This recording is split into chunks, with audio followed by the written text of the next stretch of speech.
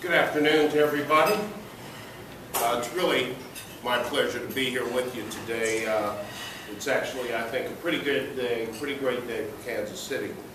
You know, for the better part of the summer, my colleagues and I spent a lot of time talking to Kansas Cityans, and we've asked them to think about what city they want to be and become. We challenged them to get past their feelings of inadequacy. We pushed our citizens to remember that we are, not want to be, not used to be, not could be, but we are a world-class city. We put on display excitement and efficiency that wowed the world during the All-Star game. We stunned Major League Baseball with some of the passion, some of the smarts that we exhibited here with our social media command center, with our visuals on the side of the municipal auditorium with Exotic, with the fact that we wanted to share the All-Star game with all the citizens and had 5 watch parties for free across the city. We reminded the nation that the Negro Leagues were founded in Kansas City. Not brought here, founded in Kansas City. 18th for sale at the YMCA. Jazz was perfected here. New Orleans ain't got nothing on us except gumbos. Kansas City is one of the cities that rightfully has and maintains a place in the areas of art, culture, and beauty. For the better part of a year, I've been consistently saying that we can be better, but together we can be best. Last night, north, south, east, and west of this whole city, all Kansas Cityans said, we believe. Last week, Atlanta, and my friend and mayor there, Anthony Fox, spent $8 million trying to pass a 1-cent sales tax citywide for transportation. It failed 37. Across the country, and right here in this city, and you've heard it, we've been told that this is anti-government environment, this is an anti-tax sentiment. But yesterday, Kansas Citians said, it's not about what you say, it's about us. This is who we want to be. This is about where we want to go. And together we transform the way that our parks are going to be funded.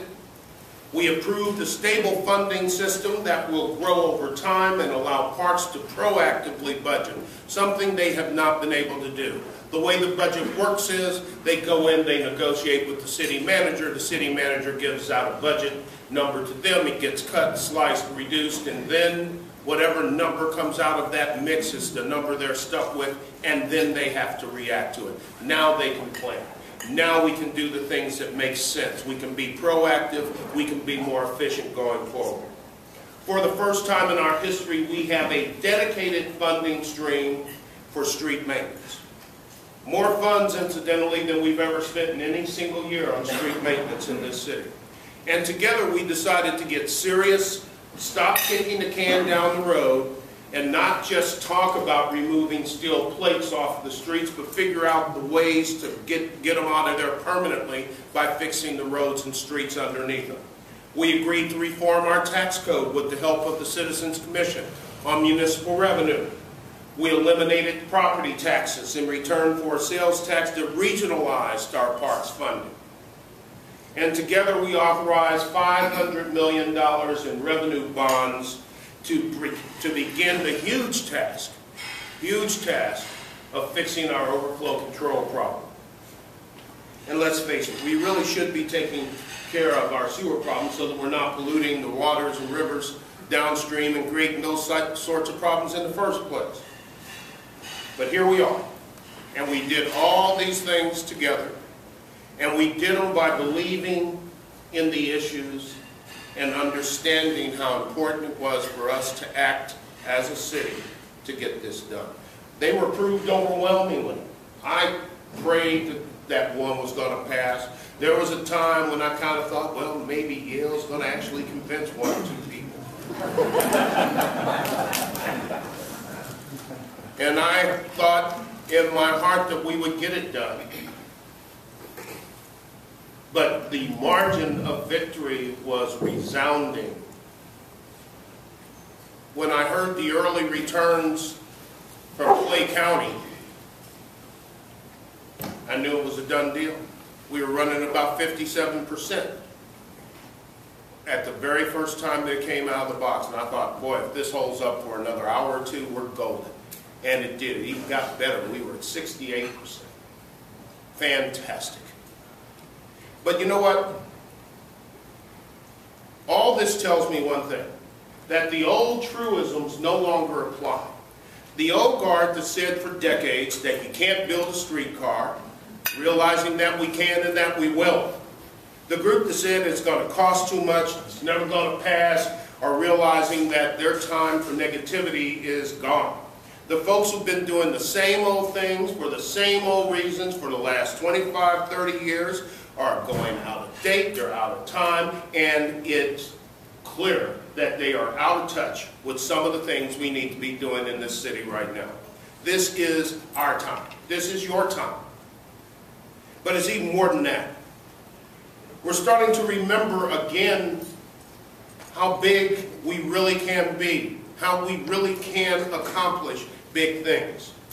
Many of you may have driven here from the west or the west side. And any Kansas Citian knows well that the city sits on a bluff. And it's very clear that we sit on a bluff if you're standing in the west box. What we've forgotten is that this whole city was founded on a bluff. And if you came around the city from the west and went towards the east, you just saw a big, huge bluff looming up from you from the river. Early visitors were greeted by that when they came to this area and decided to settle here. Just this big, gigantic bluff. The river market sits where that bluff is now. Our forefathers and foremothers didn't let the bluff scare them. They picked up some axes, some shovels, some picks, and they started digging. And they dug the whole thing out, and now you see buildings there. That's why when you go down towards downtown, or out of downtown towards the river market, there is a slight incline because of that bluff. And the reason that you can drive that incline and see that bluff is because what was there that seemed so formidable, the people of Kansas City picked and packed and dug away at until it became less formidable and became useful to them.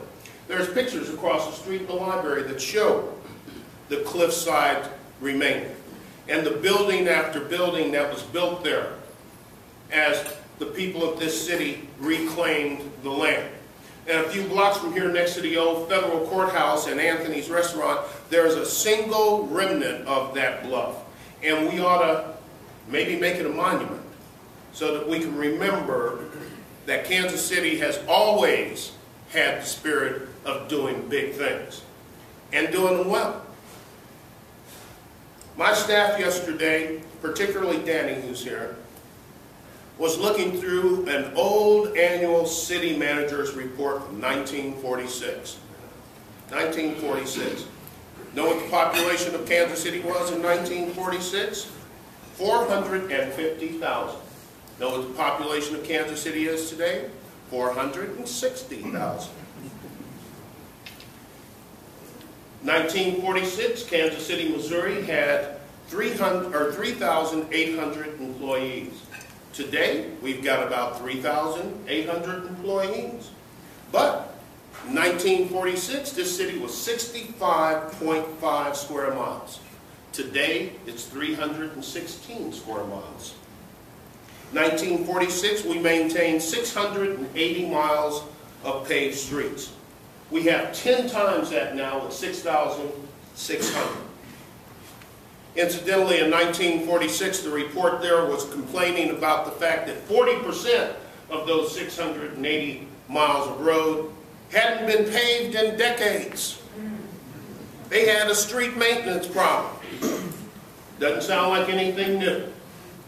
1946, our annual budget in the city was $16 million, and we operated 3 hospitals, including the TB ward over in the Leeds industrial area, or what is now the Leeds industrial area.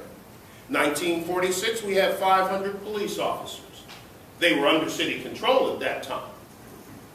1946, we were excited about our first annexation of land north of the river. And we were looking for better days ahead. And let me quote from the document for you. This is what the manager wrote in 1946. This is a record of the unceasing effort of Kansas City's people to adapt their government to their changing times. Sometimes they have stumbled, sometimes they have even been betrayed. But they have never given up. The challenge of the past is still there. It requires work to keep government good, but Kansas City knows how to work. That's pretty frosty. In 1946, document calls our resident stockholders in Kansas City Incorporated. I kind of like that. I think we kind of need to get back to that. Because each of you invested in our success in this city. Each of you share in the returns of that shared investment. When we succeed, we all succeed. That's the message that came out of yesterday's election for me. That's the one that's most meaningful. Not the numbers, not the money, but finally, we seem to be getting it. That everybody in this city who calls themselves a Kansas Citian is linked to the successes and failure of every other part of this city. We finally seem to be getting it. I think we finally understand that we can get so much more done together than we can when we work apart. We can get so much done working as Kansas City than when we work only as north of the river or south of the river or east of Truce or west of Truce. When we work as Kansas City, we can accomplish. When we work as divided areas, we will either fail or we will not succeed to the level that we want and should succeed. Last night, the stock in Kansas City Inc. went up.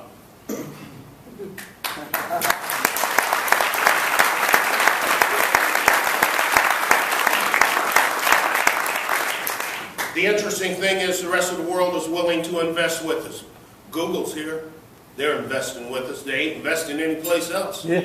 They sure ain't doing it in California or New York or Chicago. They're right here making investments in Kansas City Inc. And we ought to be taking advantage of that investment. We got one of the top 10 downtowns in the country. I didn't say it. Some people from out of town said it. You aren't going to find people in town saying it. You're going to find people out of town saying it. The only American city of the top 10 cities that you must visit in 2012. Kansas City. Top 5 brain magnet, Wall Street Journal. One of the top places to start a small business, Forbes. I might have got those mixed up. One of them, you know who they are. It's not the penny pincher or the Waldo shopper. Credible outside people talking about the qualities of Kansas City. And the sad thing is that we are so reliant on people coming from outside to tell us how good we are, and so resistant to those very same things that we see, walk past, touch, and participate in every single day. If you spent any time during the All-Star game talking to the people who came to this city from all over the country and the world, talking to them about Kansas City, you could not help but be proud. You could not help but to have been impressed. You would have walked up to Kansas Cityans and shaken their hand just to tell them thanks for being so friendly, because everybody I've talked to says that's exactly what you are. You would have gone to the Parks Department and shaken their hands and told them, thanks for making this such a beautiful city, because that's what every single person I talked to. You would have gone to Gates and begged for free food and Brian's for free food, because you were out there hearing from everybody how good the barbecue was, and every other restaurant. You would have gone to the plaza and talked to them and told them, thanks for being here, because the people who came from outside this city thinks this is cool. You couldn't help but to be proud of Kansas City during that time. I'm proud of Kansas City every single day. I have a job that I love. I get to talk about this city every single day. And Lord, there's a lot of good stuff to talk about. If you can't be proud of Kansas City right now, you will never be proud of Kansas City. So today is the day that we get to cheer for our city. But even better than that, today is the day we get to cheer for each other.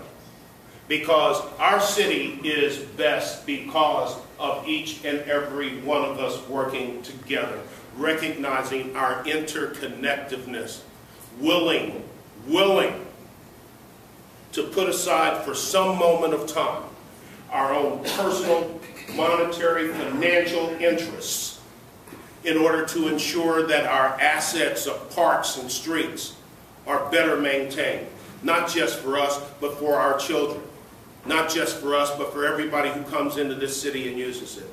This is a Kansas City that knows how to do big things. This is a Kansas City that will do even bigger things. Reject the concepts of, well, you know, we might just want to go for those little bitty conventions. The heck with that. This ain't Little Rock. No offense, Little Rock, but this ain't Little Rock. This is Kansas City. We set the tone. We're the first ones to have dual stadiums. Everybody in the country copied us. We had second most streetcar miles in this entire country until we, for whatever stupid reason, decided not to.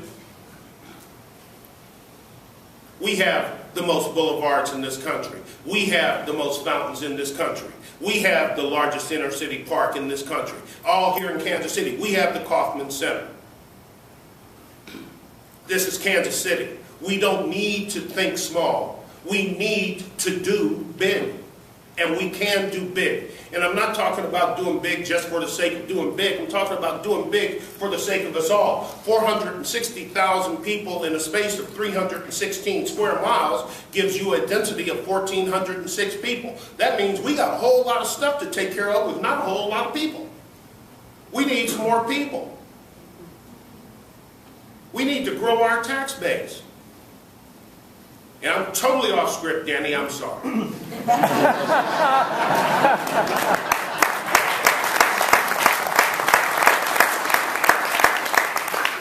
So let me talk to you just briefly about the best investment shareholders you can make in Kansas City, Inc.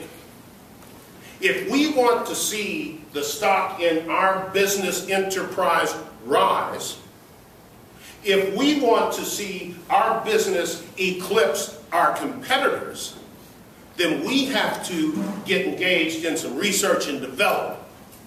And our research and development takes place in public schools. And until we work on that area, until we change our public schools and our education issues in this town, we will lag behind our competitors. They're turning out better products than we are. If we want to see people move into this city, let's be able to put up a sign on I-70 and I-35 that says, Kansas City, Missouri, home of the best public education in the country. People will flock here.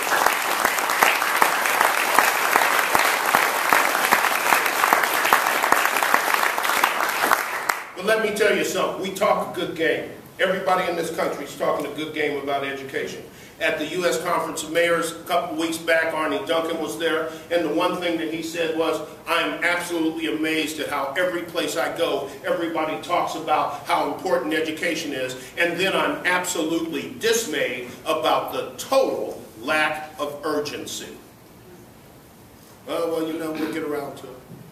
Change. You know, everybody loves change, everybody loves reform, as long as things stay exactly the same. We are not going to change what we're doing in terms of educating the youth of this city and increasing our gross product until we are willing to embrace change. not easy change, tough change. Until we're willing to look at things differently, until we're willing to recognize the nexus between poverty and education, between zip code and education, between the reality that if you're not reading at grade level by the end of 3rd grade, your chances of going to prison if you are black or Latino increase 12% on that basis alone. By 3rd grade, your chances of going to jail are rising if you are not properly educated in this and every other urban setting. And we sit here and watch. We pay over $600 billion to incarcerate people that if we spent a tenth of that, we could educate and not spend anything close to that to later incarcerate. It's bass backwards, and we just continue to do it. And here's the last thing I'm going to say. I don't care if you don't think that this is the job of the mayor of this city to be involved in education. I really don't. I know it doesn't say anything in the charter about it, but let me ask you this question. Name me an economic development issue in this city that is not affected by education. Show me how we develop this city, how we bring more people into our neighborhoods, how we grow young families, and it's not affected by education.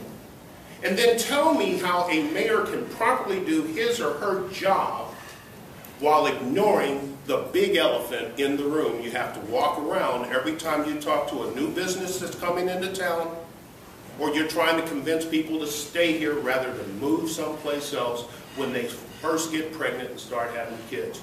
Who in here left Kansas City when their kids needed to go to school? Raise your hands. Who in here knows somebody who left Kansas City when they started having kids? And who in here knows all those people when they said they were leaving because of the education? So, if they all stayed, where would we be?